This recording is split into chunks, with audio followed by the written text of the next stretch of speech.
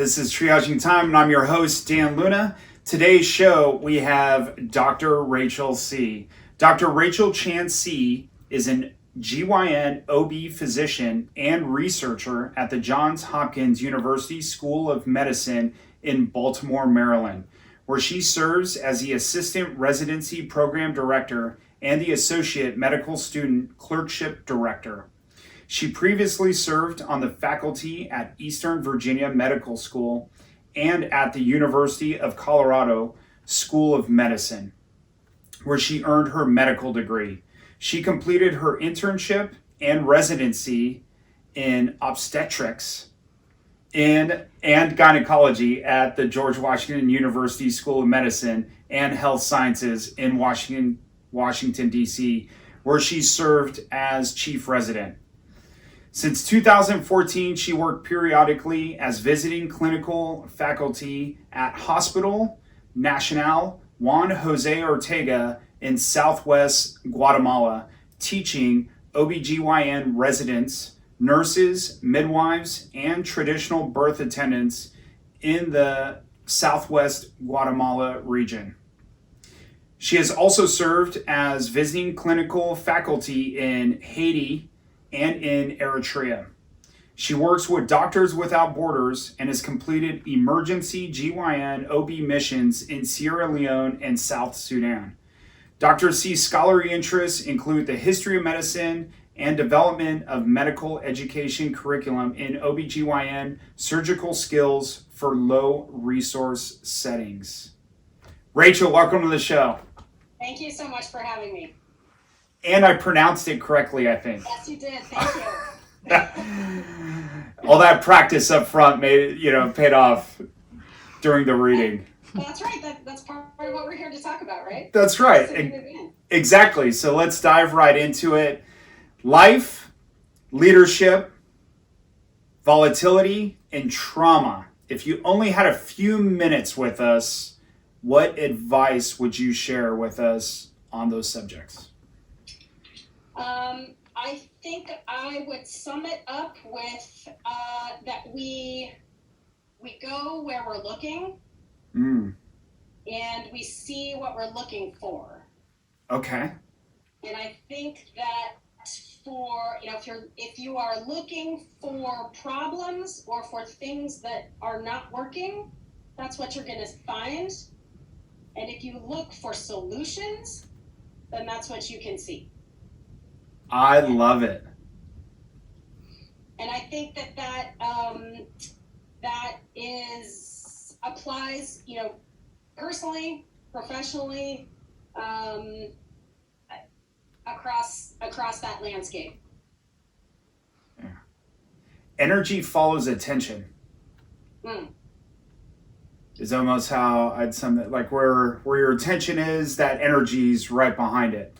So It almost seemed like, hey, there's that, hey, do you want solutions or do you want problems? Do you mind just elaborating on that some more? Absolutely. I think that, in my current position, I work with a lot of trainees. I work with a lot of medical students and physicians who are working on developing their skills in a certain specialty. In my specialty, that's obstetrics and gynecology, but I work with a lot of different learners within the School of Medicine. I find that we as a medical profession are very good at training ourselves to have what I call a negativity bias. So we train ourselves to find something wrong. And not be tricked, not to minimize something, but to really assume that something that might look okay, actually maybe there's a problem behind that, right? So when a patient comes in for their annual exam, doc, I'm just here to check and make sure everything is okay.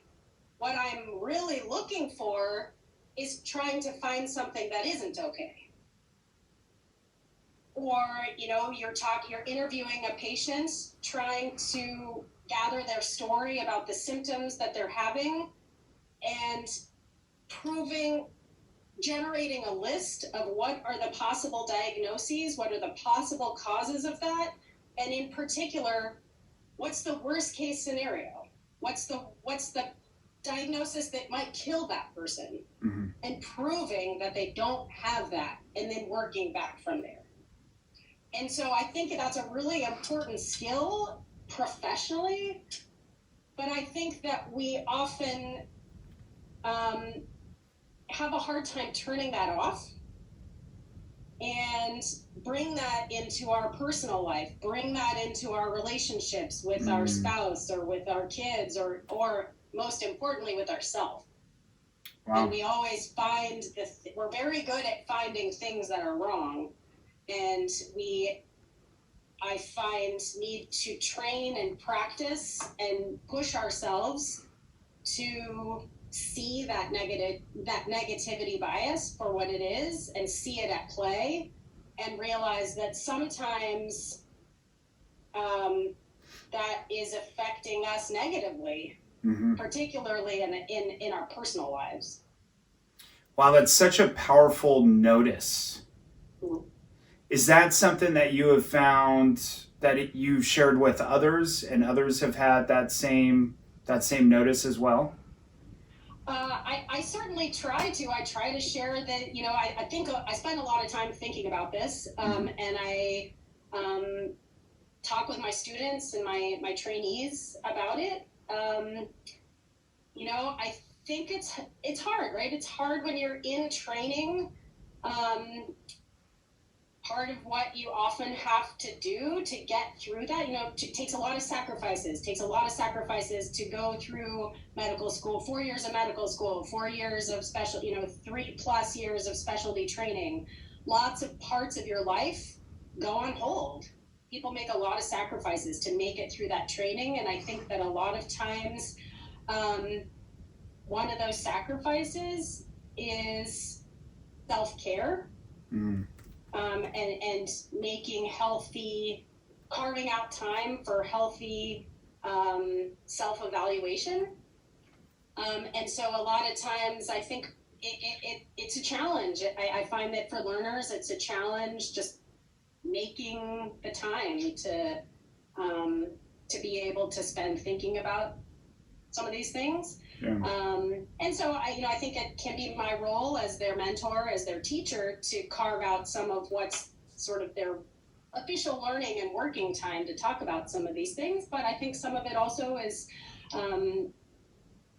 individuals taking that initiative to really work on this individually as well. I mean, I think it's both.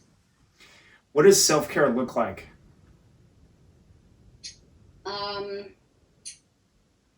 I think that the baseline is, and I say all this coming from, this is not something that I have figured out for myself. It's something I actively work on. I'm amazing at procrastinating going to bed on time. I'm an expert at that, right? But sleep hygiene, really honoring how much sleep you need and scheduling it, and really taking care of your body and getting that rest. And related to that is healthy nutrition and exercise. I think that's the floor, that's the base, right? And I think that I have found that then on top of that are noticing, spending time, like carving out time, really scheduling time, honestly, is what I do. Scheduling time for reflection. I know there are certain little behaviors that I have that kind of serve for me like a canary in a coal mine. When I find myself doing those things, it's usually a sign that I'm not either processing some emotion or stress, or not taking care of myself with that, those kind of core base habits, and making sure that I kind of acknowledge that and admit to myself, like, I see I'm doing that thing that I do, which usually means that other areas need some attention. And so I think that and that's going to be a different thing for everybody. Maybe it's drinking more than you normally do. Maybe it's smoking when normally you're not a smoker. Maybe it's little nervous habits, biting your nail, biting your lip, or, could be different things. It definitely is different things for different people. And so, but I think spending some time to figure out what that is for you and being willing to really look at it and use that as a measure of your self-care. That was really great. Thank you. What do you typically share with your students as far as, I want to just say, combating the negative bias?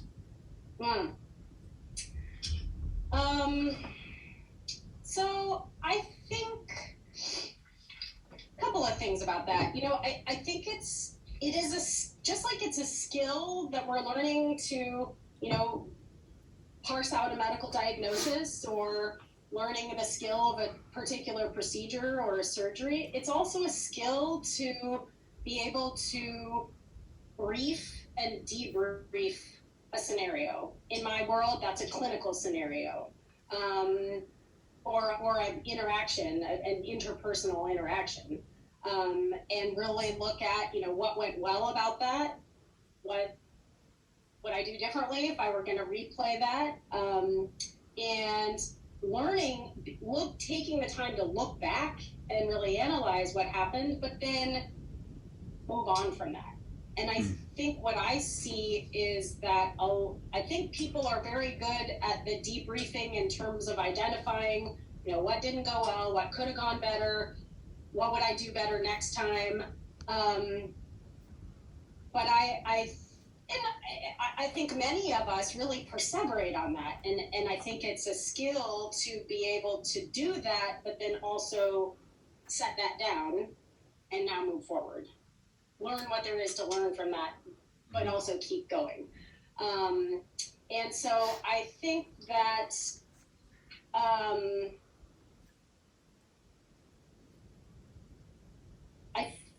another piece of it is making decisions ahead of time as much as possible.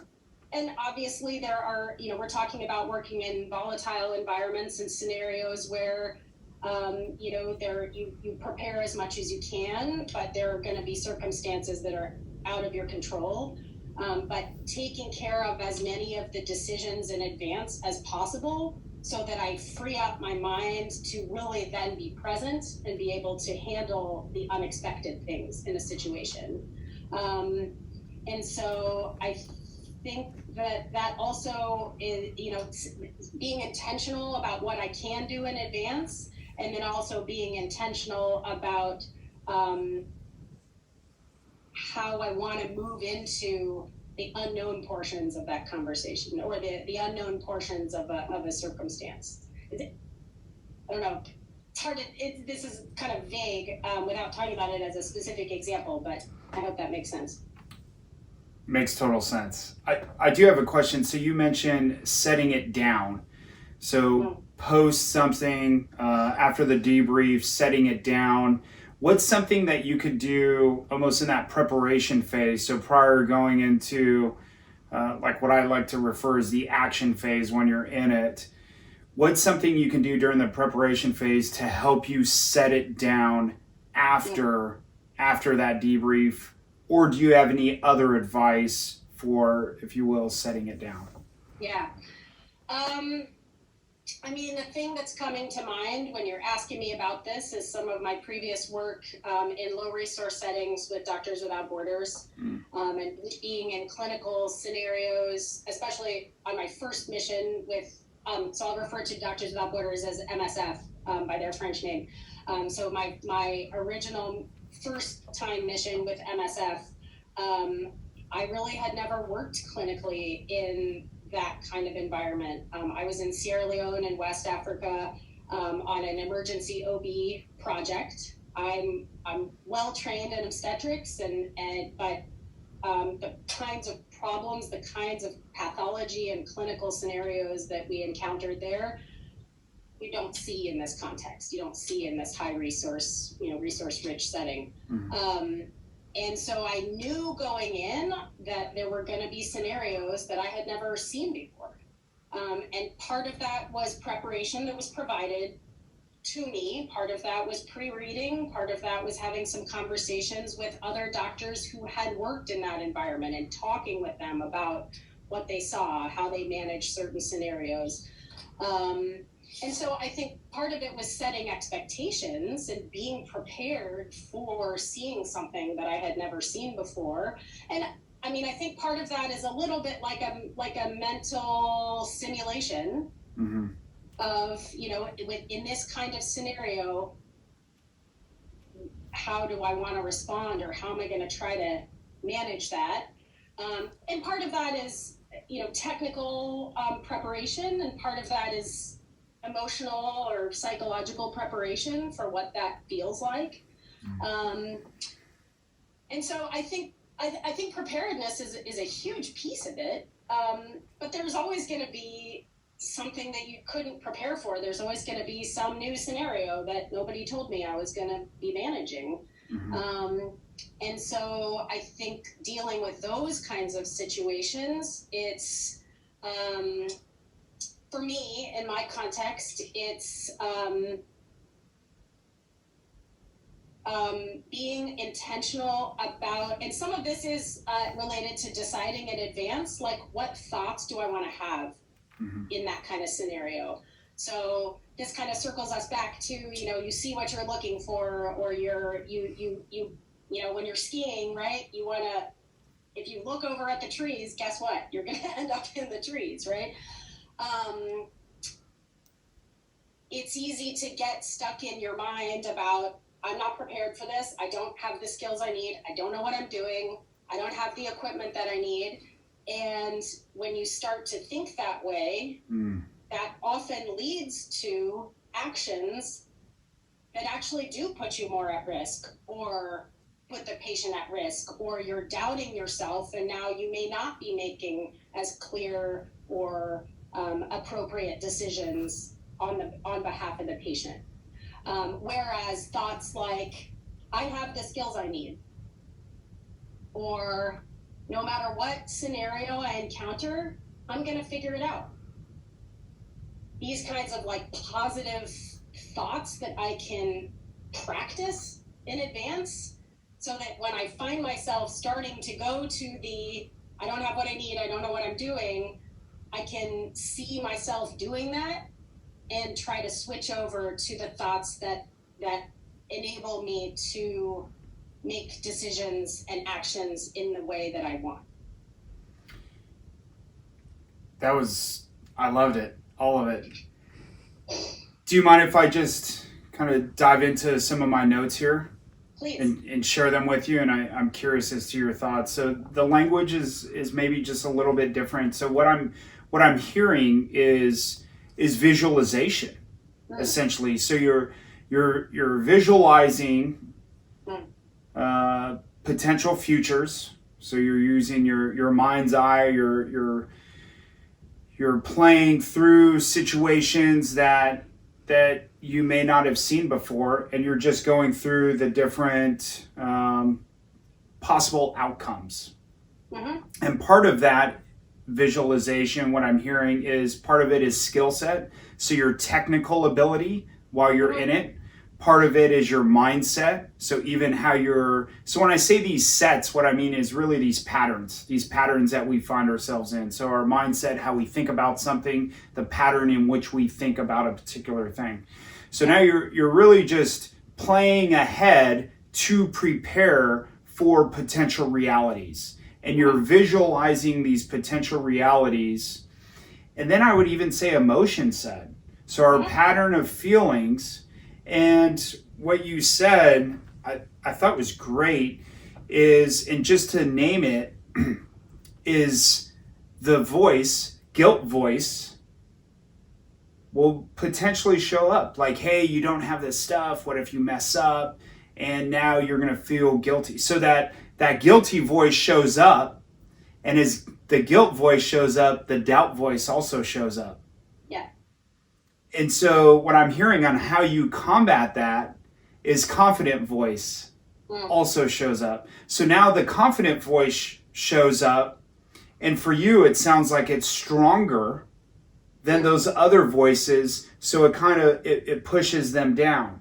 Yeah. However, where other people may struggle is their guilt voice is louder or stronger or has a bigger presence, and so as that confident voice tries to. So now what I would say to those folks is looking at developing and even visualizing, and there's different meditations and visual drills to where you can literally visualize that guilt voice and that maybe that loud big person that has that voice, and you visualize it and you see this big voice, and now you shrink that voice. And you make them smaller and smaller into a child, and maybe even where they completely disappear. And now you do the opposite using your mind's eye and visualizing it to where that confident voice gets bigger and bigger and bigger. So even visualizing these emotions along with the skill and the technical ability as you're running through. So almost like a sports coach or a sports psychologist would work with an athlete. And that's almost part of the reason for why you and I are both here, is to share these things, if you will, across borders. Yes. Right? Because these principles that we're talking about, it's the same thing whether you're a cop or you're a firefighter or you're in the military. So folks that are in and around a volatile environment, dealing with life and death, even from the role of the observer, right? So you're a direct participant in it. However, there's folks that are just other observers in the room, and they still have to process these things. Yes. Process the skill set, process their mindset. So what's your thoughts on what I just shared? Yeah. So I have two responses. One is, and they're overlapping. So in my field of obstetrics, one of the things that I talk to my patients about in terms of preparing for childbirth is that childbirth is painful. It's uncomfortable and it's painful. And our bodies are hardwired to associate discomfort with something is wrong. And part of the training, mental and physical and preparation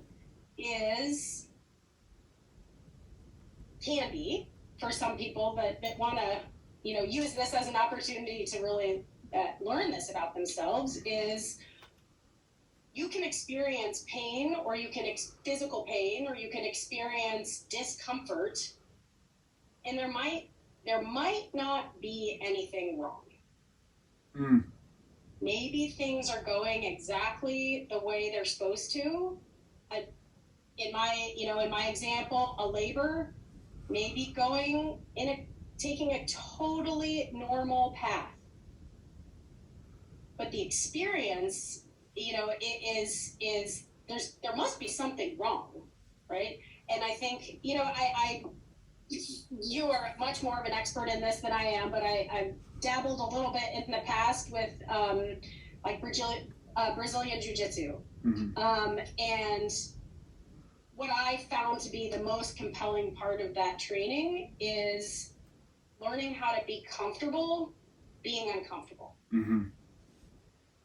And so I think that is, and not running away from it or just freaking out or letting your mind take you to something is wrong.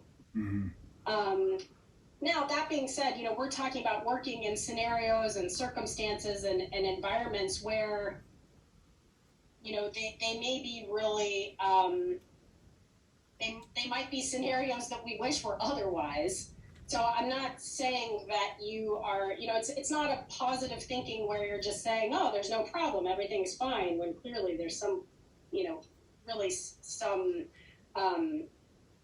negative circumstance that we wish were otherwise, right? But I think in terms of our own thinking about it, just working on whether it's through physical training or emotional training, and for most of the people interested in this show, it's probably both.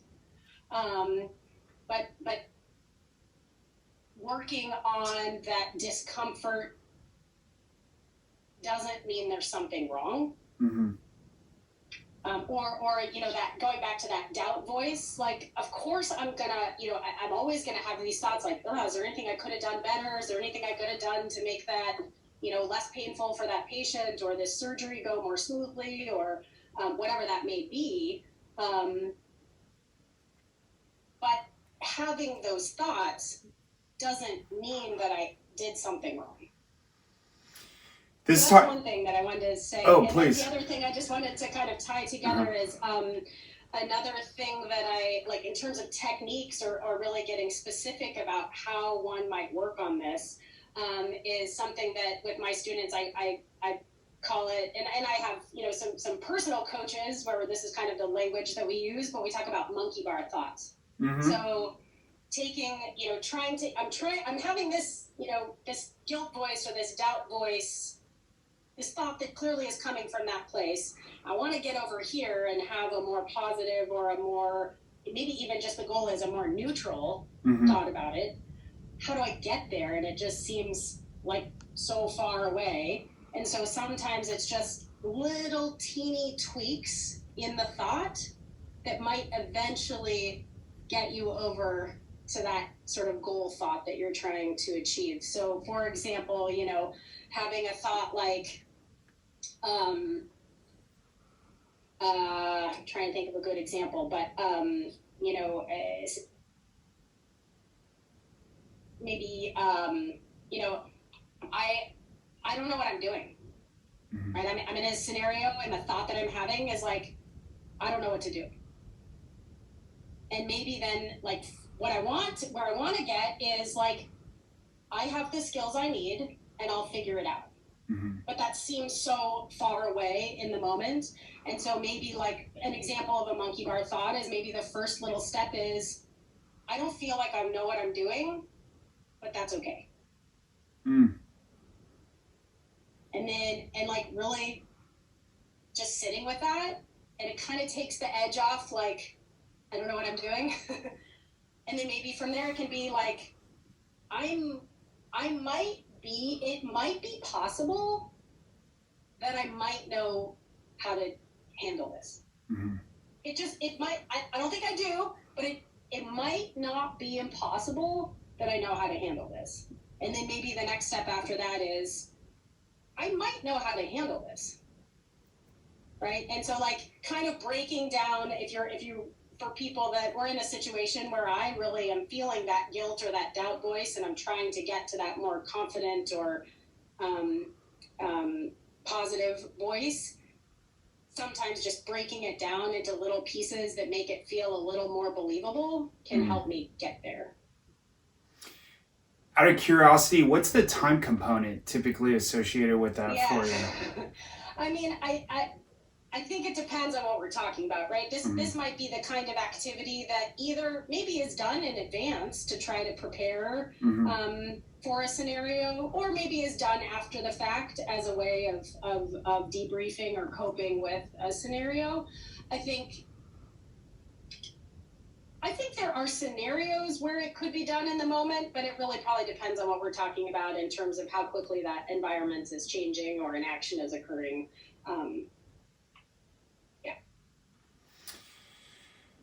Oh man, that was great. So I love how you almost have these menu of options, both for your students and for your patients. So instead of just, hey students, we're not going to talk about this thing, or I'm not going to tell you about this thing. Hey, I'm actually going to talk to you about this thing, and here are some different options for you.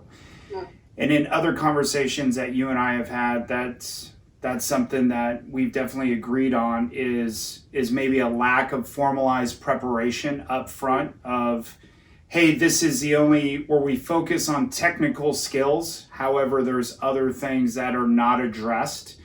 So whatever that culture is, or however that individual answers that question, that may not be the most correct answer for it. Right? So there's better answers to those questions. So what I'm hearing is you're providing both for your students and your patients other perspectives. Hey, typically a perspective of, hey, I'm feeling this burning sensation, or I'm feeling pain. That is bad. Hey, in this instance, it's actually not bad. It's good. For the most part, just think that it's good. So now you're telling them that, like, hey, it's okay to feel what you're feeling. And so now to bring that to your students of, hey, you have this strong persona of doctor, of seeker of pain, of seeker of issues. However, before you step into your home, you're now partner. You're now son, you're now daughter, you're now somebody else. So to take that hat and to transition from whatever that other persona needs to be when you go home, or to step in and to use these other means to try and process things that you may have experienced at work. What's your thoughts on that? Yeah, so I think, I completely agree with that summary. And I think that there are, zooming in a little bit on how to transition. So, transitioning from work to home after a shift, especially after, a challenging shift, or you had some complication or, negative experience during that shift. How do you kind of make that? I guess there's like sort of short-term processing of that, and then maybe longer-term processing of that, depending on what kind of experience that's been. I think in terms of short-term processing techniques, for better or worse, I have a long commute. There are days when I don't love that, but I do use it as I very intentionally use it as transition time. And usually, something really challenging or, it's creating negative emotion for me that's happened at work, 45 minutes later, it's probably not, might be gone, or it might just be a little softened where I can, set that aside for a little bit, be present for my family, and then maybe come back to that if I need to. But, hopefully everybody doesn't have a super long commute. So I think there's other ways to do that. I mean, I know people who live 5 minutes, 5 minutes between their work and their house. And they sit in the car for an extra 10 minutes if they need to and do some journaling or some processing. So I think, that can look different ways for different people depending on what your logistical format is. But building in some dedicated time for that transition, I think is really important. I know some people who, have a little sign on their steering wheel of their car that has, some kind of mantra, if you will, that reminds them to kind of transition. So I think there's lots of stuff out there that can be helpful, and different things are probably helpful for different people. But some kind of purposeful ritual, if you will, for that transition is important. So two other things that I'm noticing in this is boundaries. Yeah. So having boundaries set up, which will look different for everyone. What I'm hearing is for the individuals to self-reflect and almost ask themselves, hey, what are these boundaries? And even tripwires, right? These tripwires, hey, as I start tripping over these things, these warning signs to myself. So what do these boundaries look like is a question that folks need to spend some time with. What do those tripwires look like? Hey, as I start setting these off, those are my warning signals. And then I wrote down habits, and I love that you said rituals. And then what are these habits or these rituals that I need to create to really help protect me as I'm moving in and out of this? And a volatile environment is what I like to call it, just on a kind of general term. Move in and out of it, because as you start adding up these days and you start adding up career time, 20 plus years, 30 years of, hey, it wears on you. Yeah. So instead of filling up the cup, hey, what's a way that we could do to manage so it doesn't reach such a point to where, what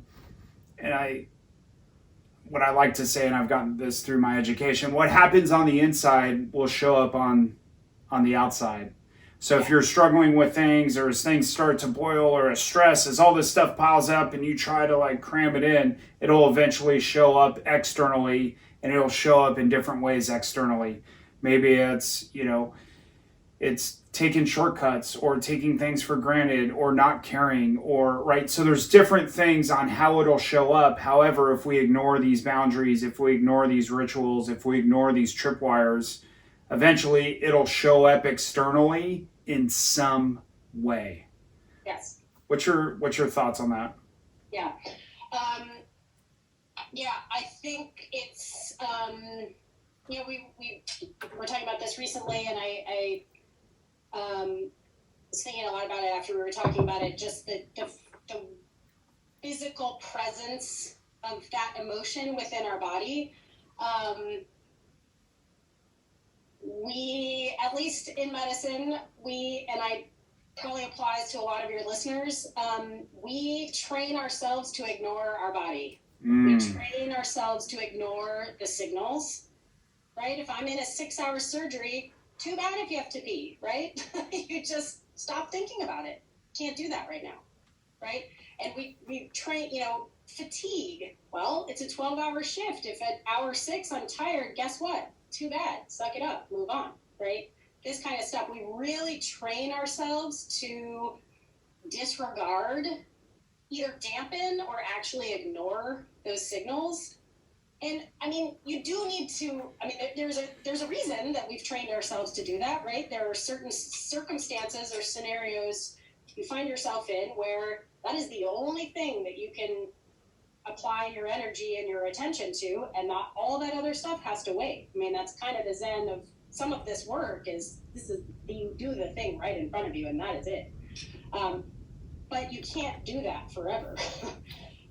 And so I think kind of like that, noticing that sort of the self-awareness about what voice you're using with yourself, how you're talking to yourself. I think similar to that is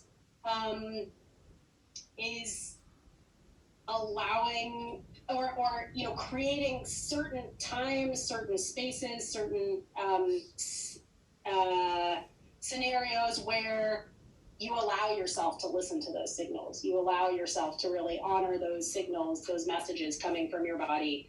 I like the idea of the tripwire or the warning, that, eventually those things are going to come out one way or another if you don't kind of carve out some time and space to where it is okay to listen to those signals. And I can go down a whole rabbit hole on what you just said. I think what I'll share is the recovery side of it is that much more important. So there's a reason why the training is the way it is. Hey, to ignore certain sensations, if you will.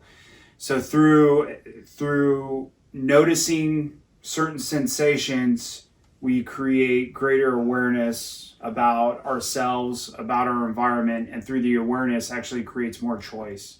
So when we shut that down and we sense through the body, and so when we turn all that off, which there's a time and place to turn that off. So during that action phase, if you will, hey, you're in the OR, hey, 6 hours, I can't go to the bathroom. I have to ignore that, turn that off. And now it's almost, once again, we move back to the transition phase, and that transition into what I call the recovery phase. So as you transition into that recovery phase, now we go back to setting up those boundaries, setting up those rituals, setting up those habits, and really exploring that menu, what that menu looks like, and that's doable. Hey, this is something, nutritionally, this is a nutrition plan that I'll actually stick with. Hey, for exercise, here's a realistic exercise plan that I'll actually stick with. So I think it's so important, especially for leaders and folks who work in and around volatility, to really set these up early on. So and I love that you're having these conversations already with your students, because what I've noticed is it's always after the fact. Hey, after the fact, there's burnout, and now now I'm burnt out, and I have to now go see somebody or do something and make these extreme life changes. Hey, I have anxiety, like huge anxiety, huge.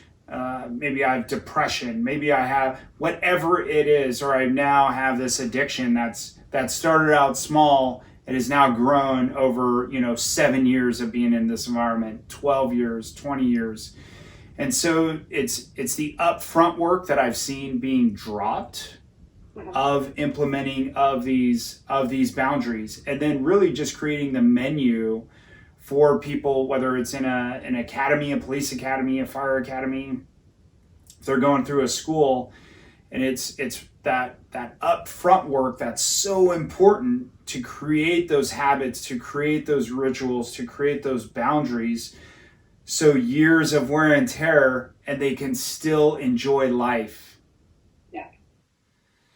Is that something that you've seen as well? If you almost like, hey, if you could go back to your younger self, what would you share with your younger self?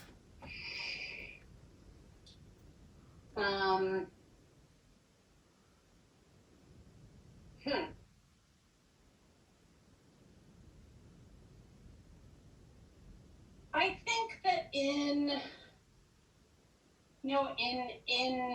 certainly in my environment, and I think in many environments, we really focus on external measures of success, external measures of, did I do something well? And I think that while that's important, and I think having, a clearly outlined expectations for, was the mission accomplished, yes or no? Or what are the specific measurable results by which I will say, this thing was a success or not? Those are important. But I just see so many people that that I train, that I work with, and this is something I actively work on too, relying so much on those external measures, and that no matter what, those external measures, it's never going to be enough. And so I think also asking yourself, my younger self, I guess, when all of it is said and done, what do I want to think about it? What do I want to think about myself?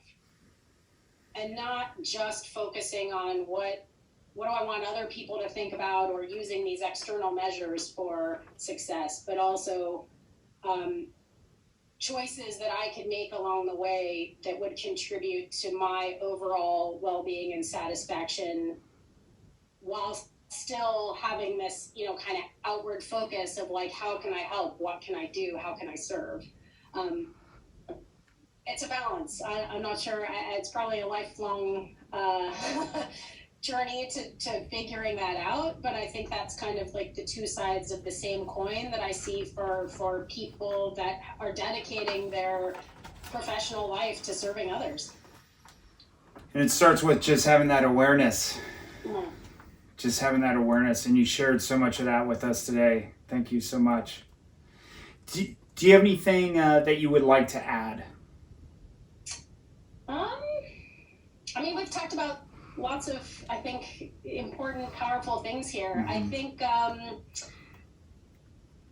one other thing that I was having a conversation with somebody the other day where we were talking about how to, going back a little bit to how to prepare and develop that confidence voice we talked about. And one, just a sort of insert a reference that I tell my students about all the time, so I'll share it with your audience well, but there's a great, and I have no vested interest in this. I have no disclosures. I get no kickback for this, but there's a great TED Talk from about 2012.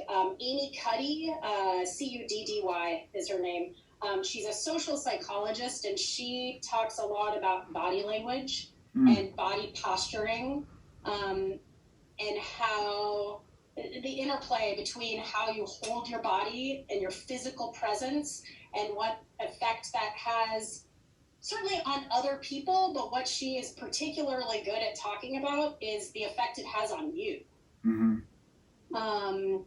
so I think it's an interesting presentation to watch. I think she talks about a lot of interesting things in a really articulate way, and it's certainly one of them. It's like one of the most watched TED Talks, and I've watched it a bunch of times myself, and I recommend it. But I think as part of preparing and kind of fostering that confidence voice, I think noticing things about your physical posturing, and for me at least, that takes me back. That's one of my tripwires.